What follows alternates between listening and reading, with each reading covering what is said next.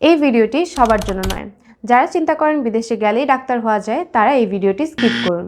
গায়ানাতে MBBS কিন্তু easy না। Class, পরীক্ষা, অ্যাটেন্ডেন্স, পারফরমেন্স সবকিছুই কড়াভাবে সেখানে মনিটর করা হয়। তাই আপনি যদি শুধু একটি সার্টিফিকেট চেয়ে থাকেন, তাহলে গায়ানা আপনার জন্য নয়।